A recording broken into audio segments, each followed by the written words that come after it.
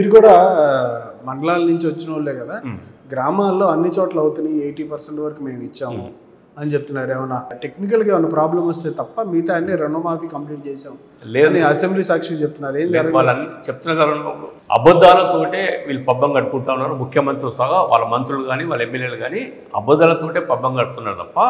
మీకు ఉదాహరణ చెప్తా వంశీ గారు, మీ డిజిటల్ మీడియా ద్వారా నేను గతంలో కూడా చాలా ఇంటర్వ్యూలో చెప్పిన, గతంలో జెడ్పీటీసీగా ఉన్నటువంటి మా ఉమ్మడి గట్కేశ్వర మండలం ఉంది. ఉమ్మడి గట్కేశ్వర మండలంలో మా గట్కేశ్వర రైతు సేవా సహకార సంఘం చాలా పెద్ద సహకార సంఘం. ఇది తెలంగాణ రాష్ట్రంలో ఉన్నటువంటి బెస్ట్ సహకార సంఘం మా గట్కేశ్వర రైతు సేవా సహకార సంఘం, చాలా పెద్ద సహకార సంఘం.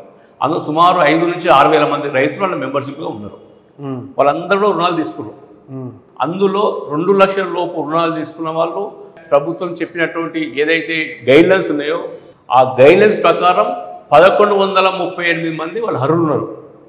వాళ్ళు ఇచ్చిన గైడ్లైన్స్ ప్రకారం వాళ్ళు వచ్చి కలెక్టర్ ఆఫీస్ నుంచి వాళ్ళే వెరిఫికేషన్ చేసి వాళ్ళే ఇగో 1138 మంది ఇక్కడ 2 లక్షల రుణమాఫీ ఉంది, వీళ్ళకి మేము రుణమాఫీ చేస్తాం, 9 కోట్లు వీళ్ళకి రుణమాఫీ చేస్తామని చెప్పి ఇవ్వడం జరిగింది.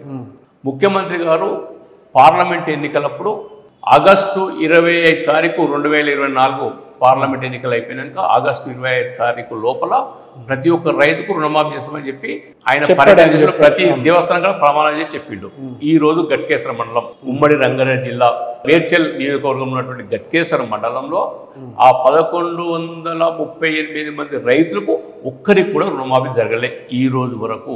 మొన్న చెప్పేది ఆంధ్ర కార్డా ఈ రోజు ఒకరికి జరగలే. ఆయన ఆగస్టు 25 తారీఖు చేస్తాడు.